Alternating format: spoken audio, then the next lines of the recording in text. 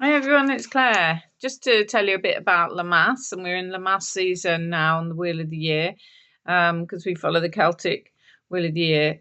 And the focus of the holiday, and today's 2nd of August, but it starts around the 1st and goes to the 2nd of August, is really about blessings and remembrance and reflection on what we've achieved and what's come to fruition a bit since Litha, the midsummer, and the harvest that's happening for the grain and all the grain, including the wheat and so on. And that'll be going from now onwards, really.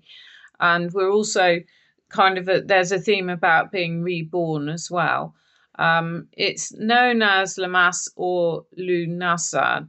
And I never get the pronunciation of the latter one right, but Lammas, I think, is Saxon, and the latter one is the Celtic name. I think I've got that the right way around. The Celts celebrate it from sunset on the 1st of August to sunset on the 2nd of August. And it's really links to the god Lugh, which is spelled Lugh, and the Sun King, whose light wanes past the summer solstice.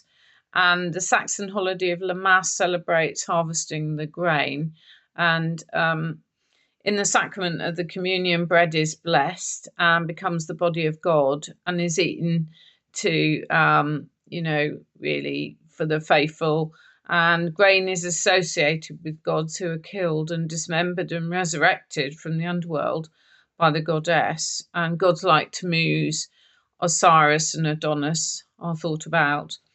And the story of Demeter and Persephone is a story of cycle of death and rebirth associated with grain. And Demeter is really a fertility goddess from Greece, and she will not allow anything to grow until she finds her daughter, who has been carried off to the underworld.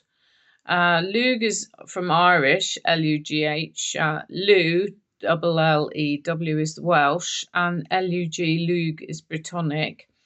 Or Lugus, the Celtic sun god. And he's very popular in towns in Europe, and certain towns like Lyon and London, or Londinium, linked to that name. And so it's high summer, and the union of the sun, earth, god, and goddess has produced this beautiful first harvest. And I'm actually opposite a beautiful corn or wheat field over there, which has been handy at times. I can walk across it actually because there's a pathway through.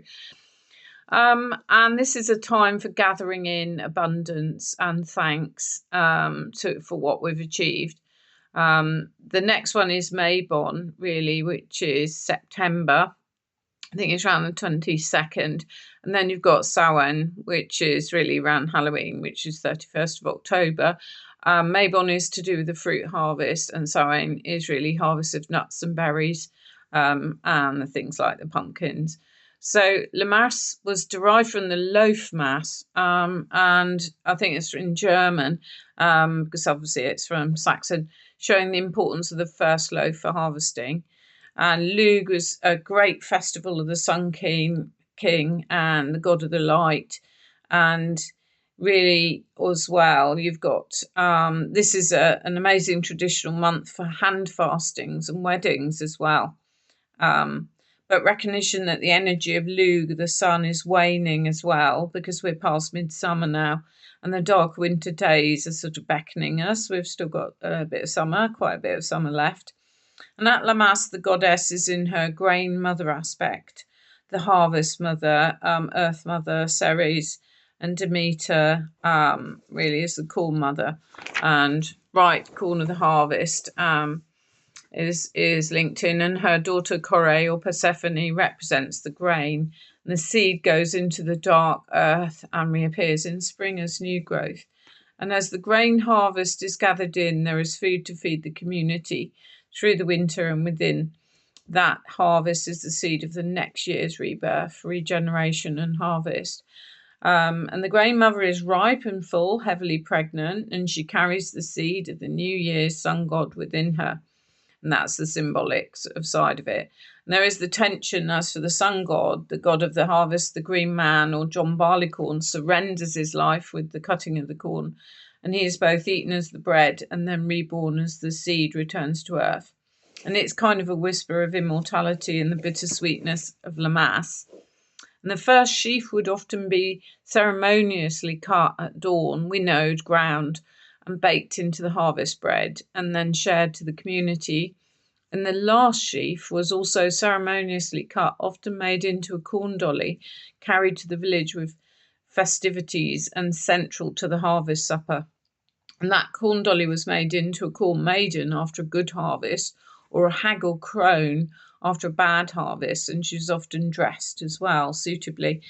And the last sheaf would live in the home, often above the fireplace or half of the home till the next harvest, or placed in branches of a tree or mixed with the seed for next year's sowing. So the fertilizing spirit of John Barleycorn of the harvest god could pass from harvest to harvest. And this includes, like, for all grains, wheat, barley, oats, rye, representing fulfillment, really. You've also got herbs which are traditional to gather around now, like meadowsweet, queen of the meadow, traditional druid herb, great for wedding circlets and bouquets and for love spells. Mint, I've just done some tiny little bouquets, and they've got mint in, they've got basil in, they've got some sunny flowers in my garden, but they're so nice. You can put them on your table or on, if you've got an altar, on that. And mint is a favourite druid one as well, and it draws abundance and prosperity. And you've got sunflowers, like in Aztec temples of the sun, the priestesses carried sunflowers and wore them as crowns. And it's a symbol of fertility of the solar logos.